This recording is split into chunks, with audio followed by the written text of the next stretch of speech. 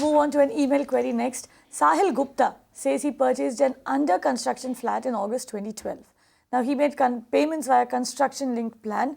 Agreement was executed on August 2012. He recently received possession of this flat. Now if he sells the flat, will he have to pay short-term or long-term capital gains tax? He also wants to know how he can calculate the index cost of the flat. So essentially he wants to know, Jayesh, from which date should he calculate capital gains, from the date when he signed the agreement or from the date of possession? Interesting, I think, I would say question here. So, Sahil, here what you are saying that you got the possession in 2012. Sorry, you invested in 2012. He signed the agreement in 2012. Yeah, and recently you got the possession. Now, what the law says that when you have to compute a capital gain in relation to house property, then you have to calculate the, I would say, the position on the long-term capital gain when the possession is being received. That's what the law, because what you are saying is a house property, so therefore your possession date is important. That's what a lot of judicial precedents have also taken this position. So therefore, when you are selling the house property which has been held for less than 36 months, then it will result into a short-term capital gain, and therefore the question of indexation does not arise.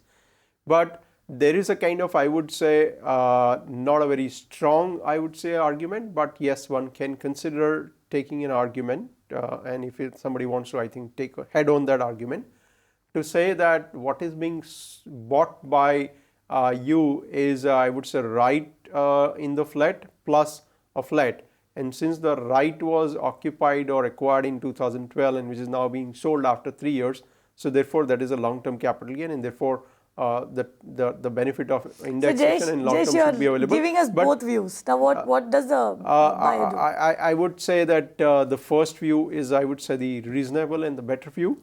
And but if somebody is like, take an example, taken that particular position and somebody is, I would say, in a litigation and therefore he would like to continue with the litigation, then I think the second view one can take, but not from a planning standpoint that one can take a second view. So I'm still confused. So let me ask you this. Yeah. If you have bought this flat, right, and you signed the agreement in 2012, you got possession in 2015, yes, correct, and you were selling it today, right, what date would you use to calculate capital gains tax? Date of possession.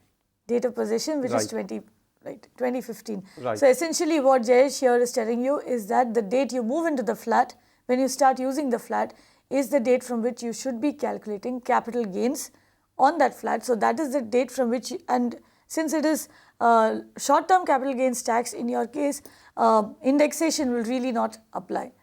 You can watch live TV on our website mpnow.in. Find us on Facebook at facebook.com/magicbricksnow. And don't forget to click the like button. You can also follow us on Twitter at magicbricksnow. To stay updated with all our programming, hit the subscribe button on our YouTube channel by logging on to youtube.com/magicbricksnow.